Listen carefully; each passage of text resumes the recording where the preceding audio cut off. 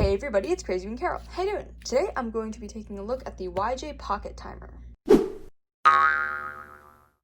So I just recently unboxed this YJ Pocket Timer. You can check out that unboxing if you want. But I didn't open this really at all. I took it out of the packaging, but I didn't put in batteries or anything because I wanted to save it for this video. So according to a commenter on that unboxing, there were a lot of mixed reviews about the YJ Timer. I actually haven't really watched all that many reviews about them, so I don't know too much about it, so I'm just hoping to go into it without any bias. But first, out of the box, this is just what it looks like. I got the one in blue, but it does come in other colors as well, such as green, yellow, and gray. It comes with this strap. In my unboxing, I said you might be able to hook it onto a bag or something, but now that I think about it, if you put it on a backpack or something, it'll probably get damaged. So yeah, I probably won't be using this strap for anything. It also came with this pamphlet that I'm not going to bother reading because who has time to read pamphlets? Just push buttons until you figure out what to do. So yeah, here is the timer itself. It's very light. It wasn't all that expensive at all, obviously. It's quite small. The whole purpose of the timer is that you can carry it around with you as opposed to a long stack mat. And the other point of it is that you don't need to put your hands on the actual timer. There's sensors, I believe they're infrared sensors that obviously sense where your hands are and then knows when to start. My first impression is that I'm not a fan of this weird matte feeling. It's weird, I don't like it. And there's two buttons in the front. I'm not sure which one does what thing. There's also a on and off switch here, so I'm assuming one of them is a reset and one of them is something else. And also here's where you can put in the strap. There's also a weird jack here. I don't know what that's for at all, but I definitely won't be using that. It also says Young Joe Technology. It needs 2 AAA batteries. All right, and there we go. I put the batteries in. Hopefully they are working. Okay. Oh, God. That is an unpleasant sound.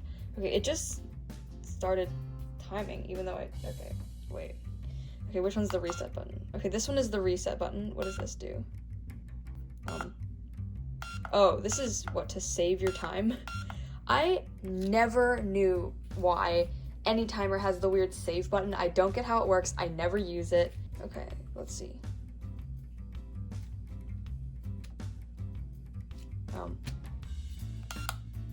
Hello?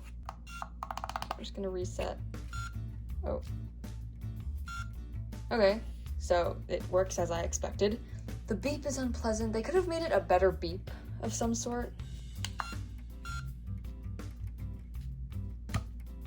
It's kind of hard to stop. It's not... Okay, wait. So I'm solving. It doesn't stop when I want it to, which is bad because obviously it'll add time. I don't know what this button does. Hold on, let me try to figure out what this button does. Alright, so I just quickly looked up what this button does, and whoa, stop. Apparently I'm just an idiot, because this button doesn't do anything specific other than just prevent you from starting and stopping. So if I push this button right now, I can do anything I want, and it will not start. And I push it again. It also doesn't want to start, wait. Okay, so what it seems like you need to do is you can stop it with this button. Won't do anything, and then you need to start it again with this button, and then it'll start. This thing is stressing me out, which is not a good sign as a timer, because as a timer I just want it to be simple and easy, and it's just something that I can use to literally just time myself. I don't want to be stressing out about whether it's working or not, but that might just take some getting used to. Yeah, I don't like the sound at all. I feel like there is a way to stop it. I think if you hold this button, yeah, it said off just then. Oh.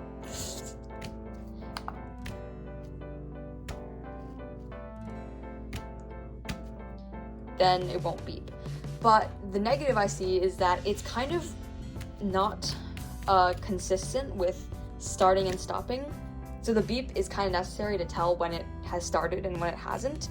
So you either have an annoying beep, but you know when the timer's going and stopping, or you don't have the annoying beep, but you have no idea if the timer's starting or stopping. I also think I see a little flashing light there. I don't know if you can see it. I'm assuming that's just also to aid in telling you whether or not you're starting or stopping. Oh my gosh. It only goes when I don't want it to go. So let me see if I bring it up close and I put my 2 hands near it. See, you saw that light just there? Yeah, that's great and not helpful. I guess you'll only be able to see it in the dark, which is convenient because I just, you know, always cube in the dark. I don't know why they couldn't have just made that light, you know, brighter or just literally on top of the timer, but I guess it didn't fit with the sort of smooth aesthetic. Yeah, so I'm gonna actually get a cube right now and just do a solve and just see how it works out for me. Oh, stop. Okay, stop. Alright, I'm just gonna hand scramble my cube and see if I can do a solve on it. It'll be pretty close to the timer for it to actually get started.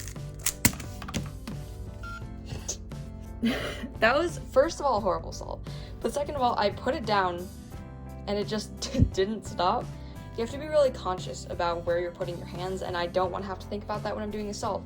With the stack mat, I just see exactly where I'm supposed to put my hands. My review of this timer is I'm not a big fan. It's not bad for a first start at a touchless timer, but it's not great. The sound is bad, which could be easily fixed. I don't know who thought that this is just a great sound to hear. Can you imagine going to competition and people are solving, and instead of looking at a light, which is completely silent, there's just this nasty beeping sound? You need the beep. Okay, the light here is completely useless unless you're cubing at midnight in the middle of the forest.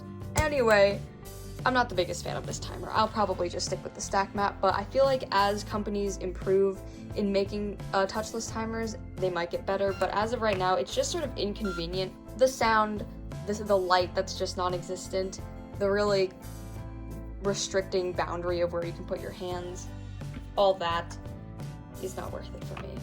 So yeah, if you want to pick up this timer and just experiment around with it, I will leave a link down below to where you can buy it. I'm very excited to see if these touchless timers evolve. But anyways, I really hope you guys enjoyed this video. If you did, make sure to like and subscribe. I'll see you guys next time on Crazy Me Carol. Bye!